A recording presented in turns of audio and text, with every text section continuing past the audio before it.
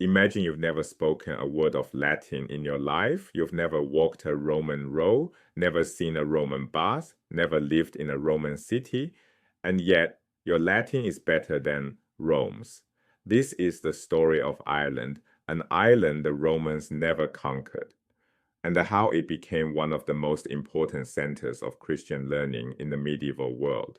To understand how this happened, we need to start with what Ireland wasn't. It was never part of the Roman Empire, no legions, no roads, no cities. Ethiopia was the first place outside the Roman world to adopt Christianity back in the 4th century. Ireland was the first in Europe. The man responsible, St. Patrick, born in Roman Britain, captured by Irish raiders as a teenager, enslaved for 6 years. He escaped, returned home, then made a choice that changed European history. He went back to Ireland as a missionary. By 600 CE, Ireland was largely Catholic. Meanwhile, Anglo-Saxon England, which had actually been part of the Roman Empire, was still mostly pagan. Here's what made Irish Christianity so different from the continental model. On the continent, bishops ran the church from Roman cities. That was the standard structure, urban bishops wielding authority. Ireland had no cities, zero, so power flowed instead to monasteries, great rural centers led by abbots, not bishops. These monasteries became the organizing unit of Irish Christianity, and the monks inside them practiced a form of devotion far more extreme than anything on the continent. This wasn't the moderate, balanced life of the Benedictine rule. This was severe, radical self-denial. The defining spiritual practice was Peregrinatio, exile for God. The Benedictine tradition valued stabilitas loci, stability of place. You joined a monastery, you stayed there for life. Irish monks believed the opposite.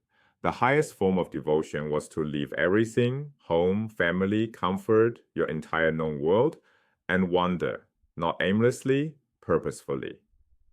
You severed every bond that made life comfortable because comfort was the enemy of closeness to God. And some of them took this idea to its absolute extreme.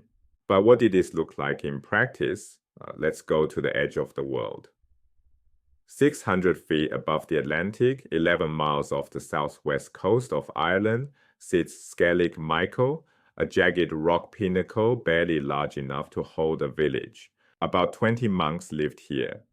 They built stone beehive huts, clochants, stacked without mortar, shaped to shed the relentless rain, a tiny chapel, a garden plot with barely enough soil to grow anything. They carved 600 steps into the rock face just to move between levels. They ate seabirds, fish, whatever they could pull from the ocean or coax from thin soil. Atlantic storms battered the island year-round. No trees, no shelter beyond what they built with their own hands.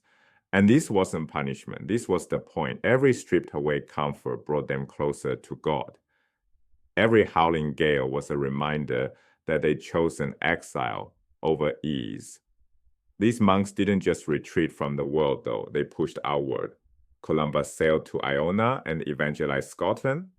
Columbanus traveled deep into Gaul and Italy, founding monasteries across the continent. Now for the intellectual payoff, the Latin paradox.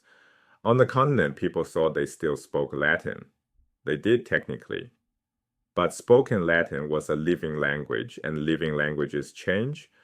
Over centuries, everyday speech drifted, vowels shifted, grammar simplified, words mutated. By 600 CE, what people spoke in Gaul was becoming early French, in Iberia, early Spanish, in Italy, early Italian. The term for this evolving everyday speech is vulgar Latin, vulgar meaning common, not crude. The problem? Continental scribes couldn't always tell where proper Latin ended and their local speech began. Errors crept into manuscripts because the boundary was invisible. They were too close to the language to see it changing beneath their feet. In Ireland, nobody spoke Latin at all. It was a purely foreign language, learned entirely from books and teachers. Irish monks had no local speech contaminating their Latin. They learned classical grammar as a formal system and copied it with precision that continental scribes often couldn't match. Think of it this way. A non-native English speaker who learned from a grammar textbook follows every rule. A native speaker says, "Me and him went to the store," without thinking twice. The outsider sometimes knows the formal language better. You may have heard the claim that the Irish saved civilization. It's overstated. Byzantium also preserved classical learning. Arab scholars translated Greek texts.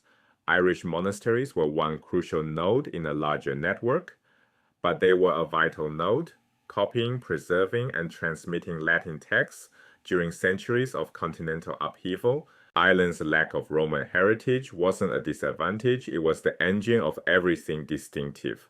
No cities meant monastic power. No spoken Latin meant better written Latin. No Roman comfort meant radical asceticism and exile. Sometimes being an outsider to a tradition lets you see it and preserve it more clearly than those who grew up inside it. This Irish tradition would eventually collide with Roman-style Christianity. When both models competed for influence in Anglo-Saxon England, the Romans never came to Ireland, but Ireland came to the Romans and brought their own language back to them better than they'd left it.